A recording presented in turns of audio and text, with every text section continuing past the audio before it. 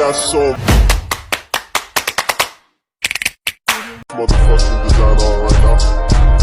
Bring it down, bring it down, bring it down. I got three old guys to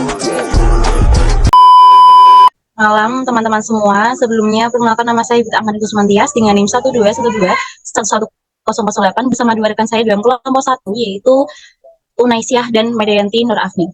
Untuk memberi tugas mata kuliah manajemen sekolah dengan Ibu dosen pengampu yaitu Ibu Swalika dan Prahesti, dan izin mempresentasikan hasil makalah kami dengan tema kepemimpinan seorang kepala sekolah dalam merangkul pendidik dan tenaga pendidikan. Kan bukan sekedar memberikan sebuah ilmu, nilai membentuk kepribadian seseorang saja, melainkan pendidikan dibutuhkan dalam untuk mendapatkan kesempurnaan dan keseimbangan dalam perkembangan individu menurut Ihsan 2021. Sehingga dapat disimpulkan bahwa pendidikan berperan penting dalam mencetak sumber daya yang berkarakter dan berkualitas. Lanjut dengan esensi pendelegasian wewenang. Menurut Hasibuan tahun 2007, pendelegasian wewenang adalah memberikan sebagian pekerjaan atau wewenang oleh delegator atau pemberi wewenang kepada delegat atau penerima wewenang untuk dikerjakannya nama delegator. Menurut tahun 2000 dalam Kasum Najaya tahun 2010, pendelegasian wewenang adalah pelimpahan wewenang formal dan tanggung jawab kepada seorang bawahan untuk menyelesaikan aktivitas tertentu. Pendelegasi selanjutnya akan dilanjutkan oleh Maidayanti. Baik, saya akan mengajukan presentasi dari Mbak Bit. Berdasarkan pendapat beberapa ahli, dapat disimpulkan bahwa pendelegasian wewenang adalah pemberian wewenang dan tanggung jawab kepada orang-orang yang ditunjuk oleh pemegang wewenang. Atasan memberikan kekuasaan kepada staf atau bawahan sehingga bawahan itu dapat melaksanakan tugas itu sebaik-baiknya serta dapat mempertanggungjawabkan hal-hal yang didelegasikan kepadanya. Selain bertugas dan bertanggung jawab dalam hal merencanakan program-program kegiatan sekolah, kepala sekolah juga bertanggung jawab mengelola dan melaksanakan program-program kegiatan tersebut serta bertanggung jawab mengawasi agar seluruh rencana atau program kegiatan berjalan dengan baik sebagaimana mestinya. Next.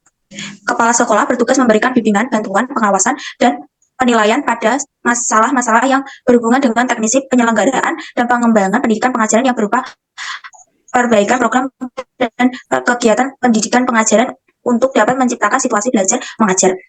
Tugas ini antara lain: 1. Membimbing guru agar mereka dapat memahami secara jelas tujuan-tujuan pendidikan. 2. Membimbing guru-guru agar mereka dapat memahami lebih jelas tentang persoalan-persoalan dan kebutuhan murid. 3. Menyeleksi dan memberikan tugas-tugas yang paling cocok bagi setiap guru sesuai dengan minat, kemampuan, bakat masing-masing. Dan terakhir, memberikan penilaian terhadap prestasi kerja sekolah. Baik, presentasi selanjutnya akan dilanjutkan oleh Mbak Unaisyah. Baik, presentasi selanjutnya akan saya sampaikan. Kemudian di sini ada pembinaan relasi, yaitu kepala sekolah sebagai pemimpin penyelenggaraan kegiatan pendidikan dan pembelajaran di sekolah bertugas menggali dan mendaya gunakan seluruh sumber daya sekolah secara terpadu dalam kerangka pencapaian tujuan sekolah secara efektif dan efisien.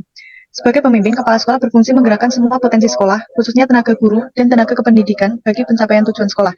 Dalam upaya menggerakkan potensi tersebut, kepala sekolah dituntut menerapkan prinsip-prinsip dan metode-metode kepemimpinan yang sesuai dengan mengedepankan keteladanan, pemotivasian, dan pemberdayaan staf. Kemudian di lingkungan sekolah, komunikasi sangat bermanfaat dalam organisasi sekolah antara kepala sekolah dengan warga sekolah.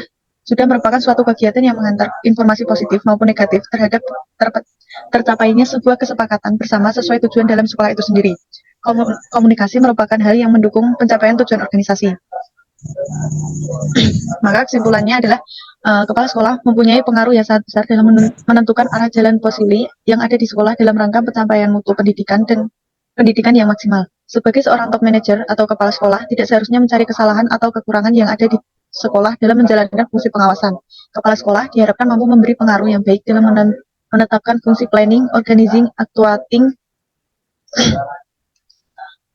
maupun controlling demi pencapaian mutu pendidikan yang maksimal. Jadi, kepemimpinan akan efektif apabila dalam mengelola sekolah, seorang sosok pemimpin maupun menjadi teladan terhadap bawahannya. Kepala sekolah harus mempunyai sifat-sifat atau karakteristik sebagai seorang pemimpin maupun sebagai seorang manajer dalam mengelola organisasi yang menjadi tanggung jawabnya. Baik, terima kasih atas presentasinya Mbak Unaisyah dan Mbak Maidayanti. Mungkin cukup itu presentasi dari kelompok 1. Kurang lebihnya kami minta maaf. Wassalamualaikum warahmatullahi wabarakatuh. See you.